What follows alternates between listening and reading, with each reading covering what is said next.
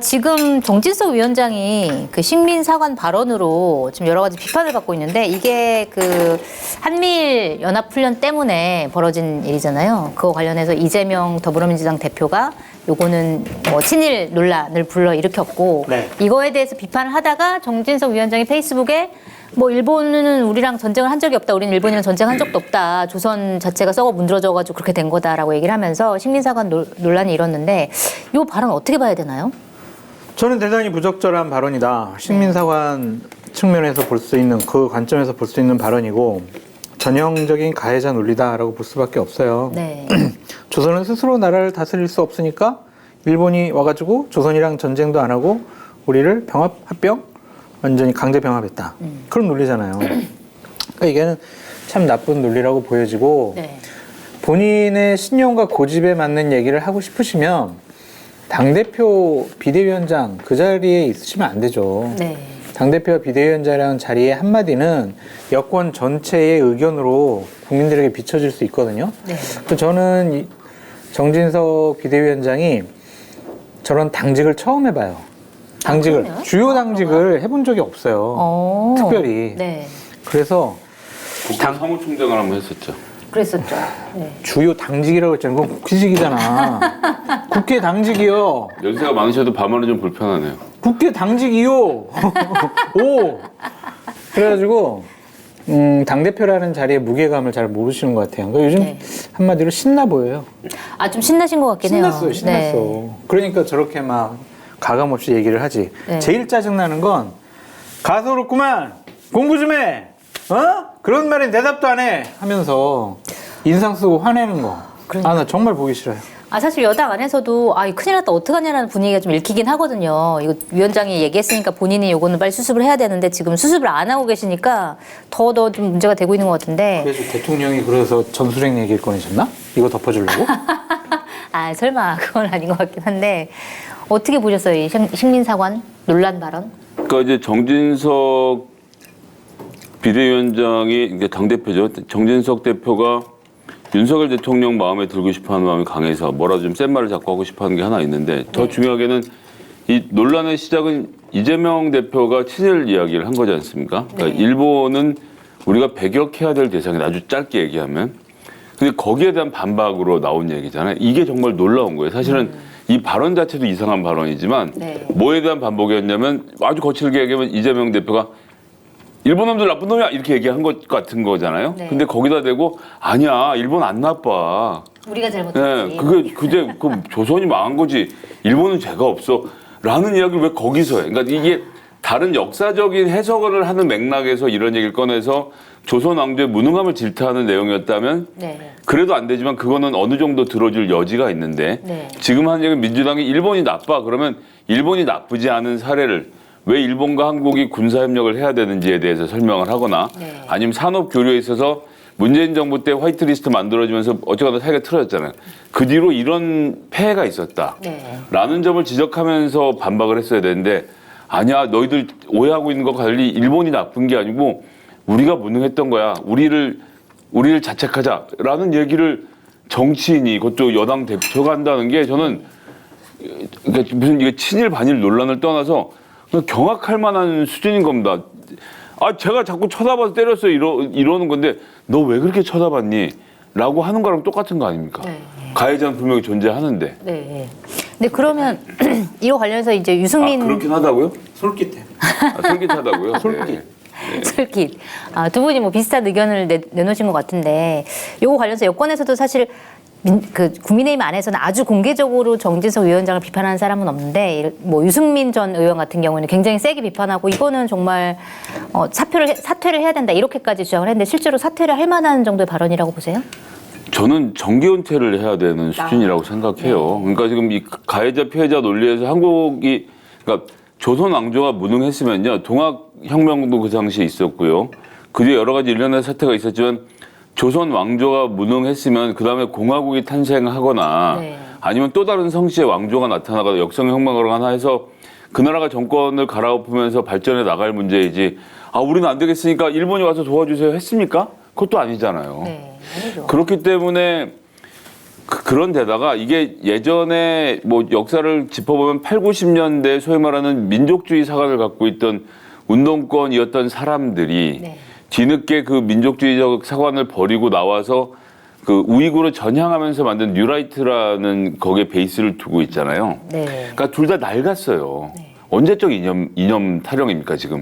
2020년에 전 세계가 특히나 지금 블록화돼서 막 각축을 벌이면서 경쟁하고 있는 이런 식의 그 80년대 낡은 이념을 들고 나와서 이야기를 한다는 점에서 그들이 비판하는 운동권하고 똑같은 짓을 하고 있는 거예요. 이재명 당대표 얘기합시다 이제. 네. 그만하고 이제. 아, 그렇죠. 이 사실은 이 문제를 갑자기 그렇게 하겠다고 하니까 뭔가 되게 진짜 약간 이런 표정으로 쳐다보는데. 진짜 당황했어. 아, 우리가 너무 초반에 국민의힘 얘기만 하다가 오늘은 좀 얘기를 하긴 해야 될 것 같은데 애초에 어쨌든 이재명 당대표가 얘기를 꺼낸 거잖아요. 그래서 한미일 그 연합훈련은 안보 자행이 뭐 한반도에 우길기가 들어올 수도 있다. 친일파랑 다를 거 없다. 뭐 이렇게까지 이제 친일 비판 카드를 꺼내든 게 이재명 대표인데 이 구도를 왜 꺼냈다고 보세요? 극단적 친일 국방 이런 식의 얘기까지 했죠. 네. 왜 했을까요, 진짜? 본인이 그렇게 생각을 할까? 아니면은 한참 뭐 언론에서 얘기하는 것처럼 사법 리스크에 눈길을 돌리려고 했을까?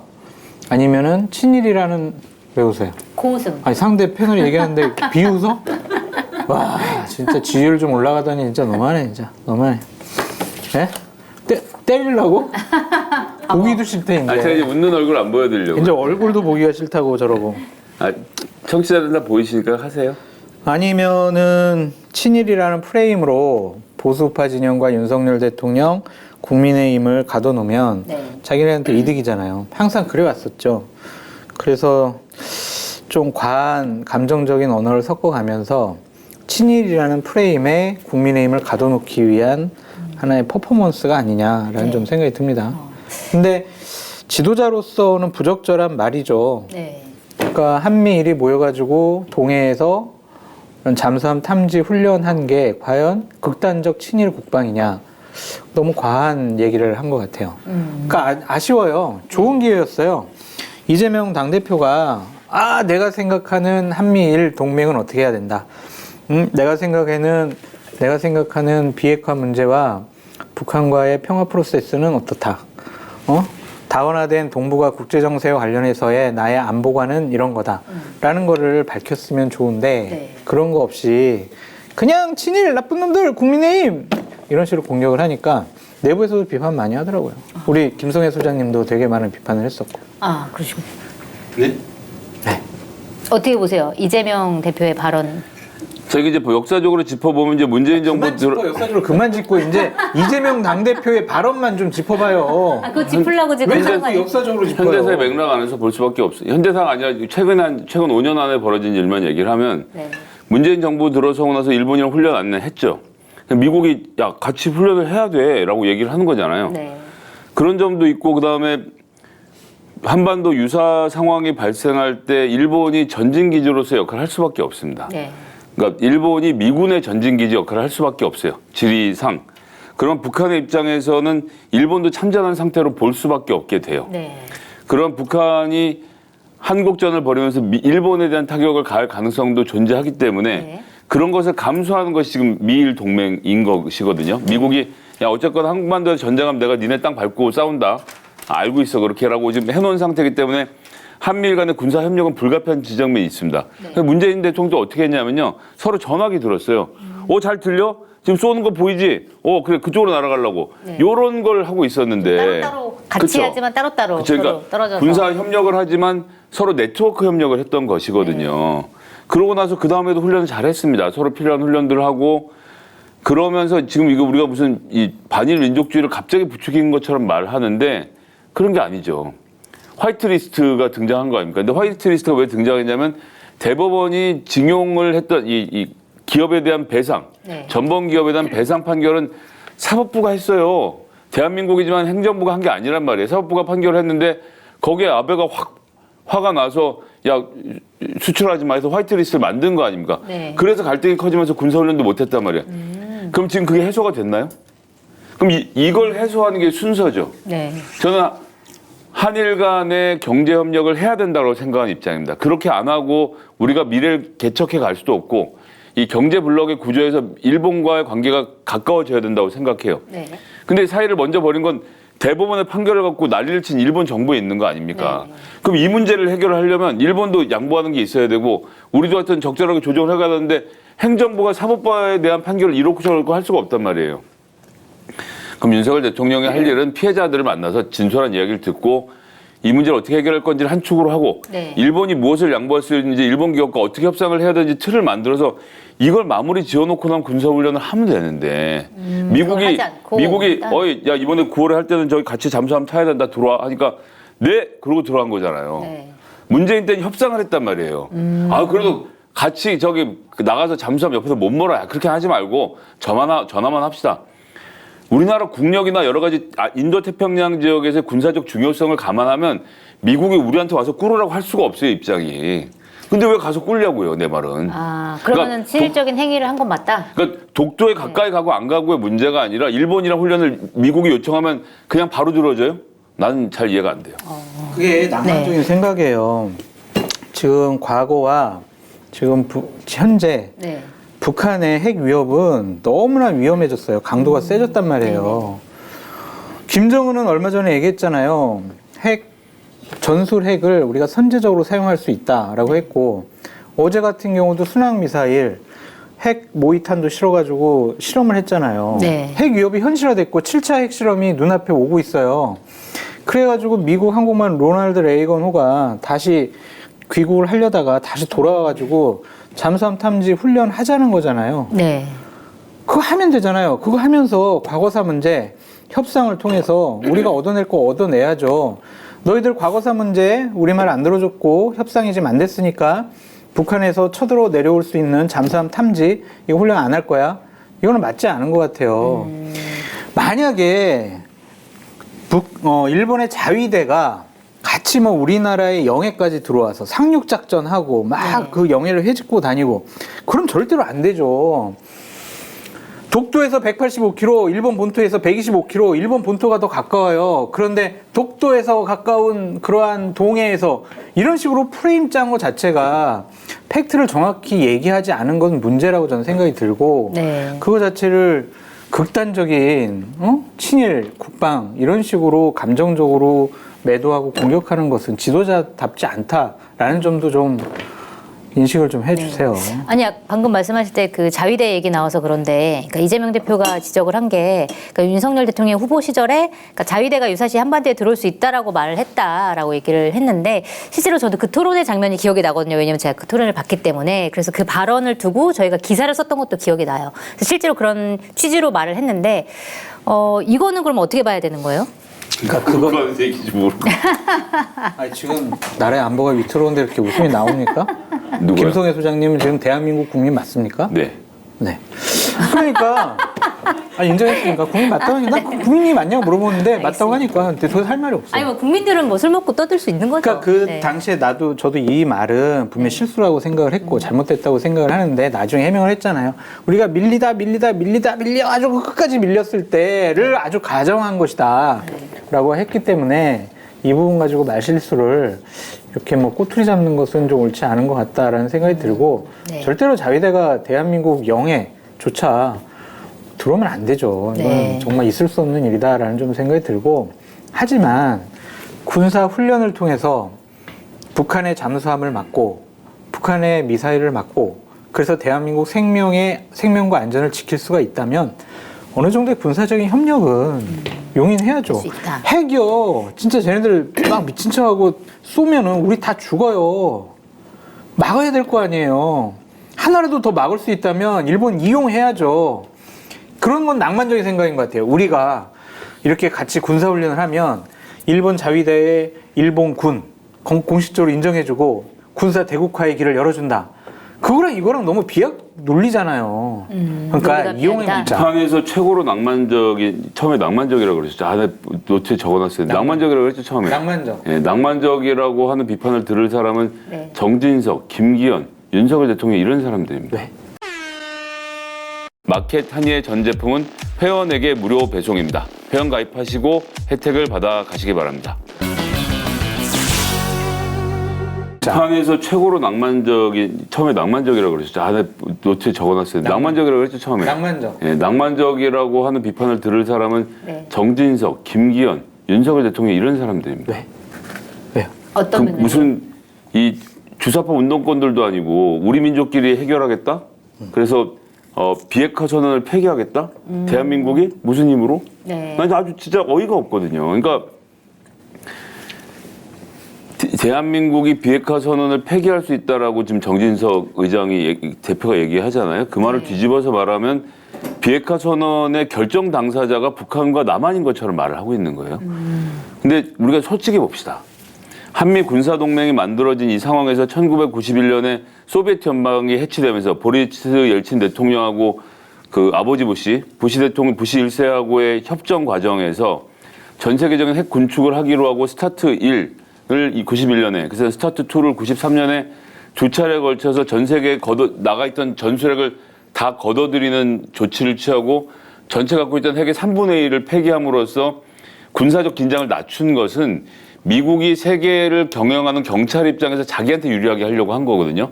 그러니까 그러다 보니까 우리나라 핵무기가 없게 된 거예요. 네. 핵무기가 없게 되니까 야 북한 니네도 하지 마 라고 핵협정이 만들어진 것인데 정진석 위원장. 위원장은 그때 30대였을 텐데 역사 인식이 전혀 없는 거예요. 그러니까 이걸 우리 민족끼리 했다고 생각하는 이 운동권이랑 똑같은 사고 방식인 거지. 그러니까 내가 이걸 그만둘 수도 있어. 어떻게? 한미 동맹이 깨집니다. 그러면 그러니까 이 보수 세력이 네. 한미 동맹을 깨면서 핵 무장화. 그러니까 김기현 대표 뭐라고 해요 지금? 핵 무장해야 된다고 하는 거 아니에요. 그러니까요. 그러면 한발더 나아가서 대한민국 5천만 무장을. 국민이 윤석열 대통령님의 총폭탄이 되겠다고 결의하고 MPT 탈퇴하고 싹 다 굶어 죽을 가게 하고 한 3년 동안 굶어야 돼요. 이걸 하자고요? 그러니까 나는 저런 어떤 좌경 맹도주의적인 국민의힘의 이 아주 얕은 이 안보관 물론 당원이 아니라고 또 오늘도 말씀하시겠지만 전 한미 동맹을 해치는 이런 방식의 접근 그것도 지금 집권 여당이 하고 있다? 윤석열 대통령이 아무리 외교를 몰라도 그렇지 이런 사람들이 한미 동맹을 이런 식으로 해치는 거 이거 전 좌시할 수 없다고 생각합니다. 진짜 우리 김성애 소장님께서 친미주의자라는 것을 오늘 네. 확인할 수 있어서 너무 기쁘다라는 좀 생각이 들고. 내가 왜 친미예요? 한미동맹 해치지 말라고. 아니 우리나라 국방을 지키는 데서 미국을 배제하고 할 수 있습니까? 그러니까 친미주의자. 현실적인 이유가 있는 것이죠. 그것과 미국과 그거 친하게 되는 건 다른 문제예요. 이거는 그거 친미주의자. 어디까지나 비즈니스인 거죠. 어쨌든 미국과 비즈니스를 위해 친미를 한다. 친미주의자. 네. 아니, 나 한미 나쁘게 동맹을 얘기한 건 한다고요. 아니라. 나쁘게 말씀하시는지 아는 건 아는데요. 나는 왜 지금 국민의힘이 이 굳건한 한미 동맹의 균열을 내기 위해서 이렇게 정말 불철주야 노력을 하는지 알다가도 모르겠습니다. 그건 아니고 윤석열 대통령께서는 미국 조야의 여러 가지 의견도 살펴보겠다고 했으니까 네. 본인이 이 핵 무장, 핵 공유, 전술핵 배치 아니면 핵의 독자적인 우리나라 개발 이런 것들 본인의 힘으로 할 수 있다고 생각 못 할 거예요. 당연히 미국과 상의를 하고 미국이 현실적으로 어쩔 수 없이 허락을 해야 네. 미국의 전략 자산도 우리가 이용할 수 있는 거 아니겠어요. 그러니까 그런 차원에서의 얘기지 네. 우리 민족끼리라고 나는 윤석열 대통령이 했다라는 얘기 못 아니 들었는데. 정진석 정진석 의장이 네. 핵선언 비핵화 폐기하겠다면서 대한민국 무슨 수로 그러니까 대한민국을 폐기할 수 있다는 생각 자체가 한미 동맹을 최우선시에 두지 않는 국민의힘의 이 좌경적인 태도를 보여주는 아주 좋은 사례라고 저는 생각해요. 김세 소장님이 정진석 비대위원장이 비대위원장 뭐 역할을 제대로 하고 있다라고 생각을 하십니까? 왜 말을 그렇게 돌려? 자, 우리 또 주제를 바꿔봐야 될 것 같은데 우리가 너무 안보 얘기만 또 할 수는 없으니까. 이제 국감에서 또 최고의 스타로 자리매김한 우리 김문수 경제사회 노동위원회 위원장 발언, 저 진짜 깜짝 놀랐어요. 어떻게 이런 발언을 하시지? 막 그래서 결국 퇴장당하셨잖아요. 한삼순백은 정말 먹으니까 덥네요. 네. 옷을 입고 있을 수가 없네. 아, 진짜. 아까 화내가지고 연락한 거예요? 거예요. 웃으면서요, 웃으면서. 발언을 잠깐 소개를 해드리면 환노위 국정감사장에서 문재인 대통령은 김일성주의자다. 왜냐하면 신영복 선생을 가장 존경하는 사상가라고 했으니까 김일성주의자다. 그다음에 누구였죠? 윤건영 의원한테 수령님께 충성한다 뭐 이런 얘기도 했는데 이 발언 이거 어떻게 봐야 되나요? 나쁘게 보고 있습니다. 아니 그러니까 과거에 본인이 그냥 자연인으로서 그런 얘기 주장할 수가 있는데 네. 지금 경사노위 위원장이라는 중요한 공직을 맡은 분이 네. 나는 그런 신념을 계속 갖고 있어요라고 하는 게 대화 타협 조정을 통해서 향후 5년간에 대한민국에서 가장 중요한 노사 문제를 해결할 수 있는 적임자로서의 제대로 된 인식과 발언이었느냐라는 것을 봤을 때는 네. 아닌 것 같다라는 좀 생각이 들고, 만약에 이제 김문수 위원장의 얘기가 맞다면 우린 지난 5년 동안 김일성주의자가 대통령인 나라, 그리고 수령님께 충성하는 국정상황실장이 장악하고 있는 청와대를 믿고 우리가 대한민국에서 살았다라고 볼 수밖에 없잖아요. 네. 그것은 아무리 생각해도 좀 부적절한 말이다라고 아니 말씀드릴 유튜브 안 보세요? 저기 없어요. 그 대통령 청와대에서 주석궁까지 터널 뚫려 있다는데 글로 왔다 갔다 했나 보지. 진짜? 아, 그랬던 거였구나. 누가? 그 유튜브에 자주 나오잖아요. 김문수 위원장이 했어요? 아니 그런 분이 하는 게 아니라. 윤석열 의원이랑 저기 문재인 대통령이랑 뭐 이제 대통하면서 그렇게 뭐 옛날에 그래서 그런 윤석열 대통령 청와대를 떠나신 거구나. 그래가지고 문재인 대통령이 F-35의 스텔스기에다가 공갈포했구나. 에? 그 내통해가지고. 네? 아니 그까지 기관총 공갈- 금괴 200톤이면 행복하게 사실 분이 왜 이런 고초를 겪으셔야 되는지 정말 모르겠고요. 저는 이 발언은 그러니까 이제 이분이 외로웠어요. 그동안 많이 외로우셨구나. 왜 웃어요? 진짜 이거 중요하다니까. 그 자기가 어떻게 살아온 인생인데 이렇게 사람들이 날 무시해. 너무 외로웠는데 대통령이 불러주니까 너무 기뻤던 거예요. 그래서 유튜브를 채널 다 지웠자. 그러니까 제가 보면 비공개로 바꾼 것 같은데 채널을 다 폐쇄? 네, 폐쇄해놓고 그러고 마지막 영상만 남기고 지금 오신 상태인데 네. 제가 오늘 가서 확인해봤더니 지난 기간 동안 34만 7천 명의 구독자를 모으고 슈퍼챗으로만 1억 7천만 원 정도의 수익을 또 거두셨더라고요. 물론 이제 구글이 떼가는 몫이 있긴 합니다만. 와. 그러니까 이제 2년 있으면 다시 그러니까 이 외로움을 끝내고 다시 맞는데. 돌아가야 되는데 네. 가는데 그 구독자들이 너 문재인 인정하더라? 나도 구독 취소. 이렇게 되는 상황을 걱정하지 않았을까라고 비아냥대고 싶을 정도로 네. 정말 이유를 알 수가 없습니다. 사실 말은 간단. 위원장보다 슈퍼챗이 더 중요하다. 근데 경산호 위원장으로서 이렇게 얘기하면 되죠. 그간 제가 했던 발언은 좀 경솔한 측면이 있었고, 네. 그래서 유튜브도 채널도 다 지금 닫고, 그리고 새로운 마음으로 국정에 임하려고 합니다. 많이 배우겠습니다. 이 정도가 딱 자르면 잘려 나가요. 상대방이 그러니까 국민을 도와줄 수가 있거든요. 근데 무슨 김일성주의자 얘기까지 나오고 제가 보는 제 가장 그러니까 사실은 그래 뭐 윤건영 의원님이나 문재인 대통령님께는 되게 신뢰가 되는데 사실 제가 생각하는 가장 심각한 발언은 민주노총 김정은의 기쁨조다 이렇게 말한 것이고 그걸 아직도 인정하고 있다는 것이거든요. 네. 근데 이분이 하필이면 경산호 위원장이잖아요. 예, 그러니까 이제 그러게요. 옛날에 노사정이라고 해서 노동자, 사용자, 정부 측을 모아서 대화를 하는 곳이라서 셋의 심기를 최대한 안 거스르려고 노력하는 사람이 가서 대충 잘 올라가고 이렇게 가려고 노력하거든요. 네. 그런 자리에 너는 기쁨조다라고 말하는 사람을 갖다 앉힌 거 아닙니까? 근데 한국노총, 민주노총이 각각 조합원을 130만 정도 지금 한국노총 몇만 명도 위긴 한데 그렇게 확보하고 있는 상태인데 그중에 절반한테 침뱉는 사람을 노사정 위원장을 시킨 건 그래서 전 극우 유튜버로서 김문수 씨의 발언에 대해서 큰 문제의식은 못 느껴요. 네, 어차피 그냥 극우 그런 사람이 유튜버니까. 있잖아요. 그런 사람이. 네. 근데 이 사람이 이런 말을 한 걸 구글만 하려 봐도 다 아는 얘기를 보고도 뽑은 윤석열 대통령이 네. 제가 제정신인가로 물어보면 좀 많이 안 될 것 같고 위험해. 위험한 자리 바꿔야 돼. 자리 바꿔야 돼. 자리 바꿔야 돼. 위험해. 근데 저는 그래서 하여튼 이게 좀 대단히 잘못된 선택을 하셨다. 네. 게다가 교육, 연금, 노동개혁 이렇게 3개 개혁을 하겠다고 하신 분의 이 노동개혁을 김문수 위원장한테 맡긴 것을 보수는 어떻게 볼 것인가. 우리 이재용 회장님 어떻게 볼 것인가를 한번 생각해 봐야 될 것 같아요. 이 보니까 대통령실도 오늘 거리두기를 좀 한 것 같아요. 본인이 먼저 이제 입장 표명을 해야 된다라는 식으로 얘기를 했는데 대통령실 분위기는 좀 어때요? 아마 그 임명할 때 몰랐던 상황을 네. 알게 된 것 같아요. 그건 제가 뭐 웃음소리가 이래요? 그러니까 귀신 누가- 웃음소리가 나요. 저기서 저희 방송 너무 재밌어서 저 지금 스튜디오에서 웃고 계신가 나 봐요. 지금 웃긴 얘기 안 했는데? 그러게요. 그걸 알았어요. 그건 네. 내가 방송 끝나고 얘기해 줄게요. 네. 그래서 지금 대통령실에서도 상황이 좀 심각하다라고 생각해서 좀 알아보고 있는 단계. 아, 좀 더 근데 뭔가 자세히. 새로운 게 또 있구나. 있어요. 아, 그렇구나. 그래서 알아보고 있는 단계고. 지금 얘기해 주시면 안 돼요? 안 돼, 안 돼. 아니 궁금하네. 김문수라고 구글에 치면 다 나오는데 그것도 안 찾아보고 있으면 대통령실이 찾아. 안 알려진 거예요. 안 알려진 알려진 거. 거.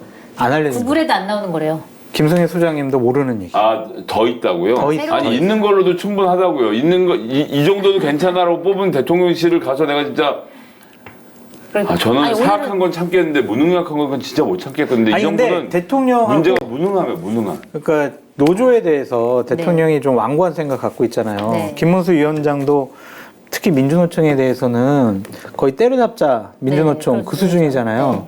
코드가 맞은 것 같아. 그래 옛날에 노동운동을 했던 김문수만이 민노총을 개혁할 수 있어. 네. 장악할 수 있어? 아니, 제압할 수 있어? 뭐 그런 제가 생각? 윤석열 대통령님 제가 따로 이렇게 한번 하시죠. 노조 정상화 위원회를 만들어서 위원장의 김문수, 그다음에 저기 뭐야 부위원장의 한동훈 하고 검사 몇 명 붙여갖고 싹 수사를 해요. 압수수색하고 그 표현 날 것 같아요, 그게. 좋습니다. 네. 김성애 소장부터 압수수색해 주십시오. 대통령님. 네, 뭐 그러셔도 돼요. 예. 그냥요. 압수수색하러 오면 저는 김성애 옳은 소리 지금까지 안 했는데 슈퍼챗을 열고 울면서 아, 방송을 슈퍼챗 하겠습니다. 지금까지 안 네, 하셨어요? 저는 안 하는데요. 예, 안 하는데 그러셨구나. 그래서 이렇게 압수수색 당당할 수 있구나. 예, 압수수색 정도면 할 수 있는 거 아니에요? 예. 아, 뭐 압수수색 그렇죠. 들어오면 해야지. 슈퍼챗은 40% 떼가니까 계좌를 크게 해가지고 해요. 네, 그것도 해야 되겠네. 내 계좌를 올려요. 그거 장성철 기자. 그래 내가 이렇게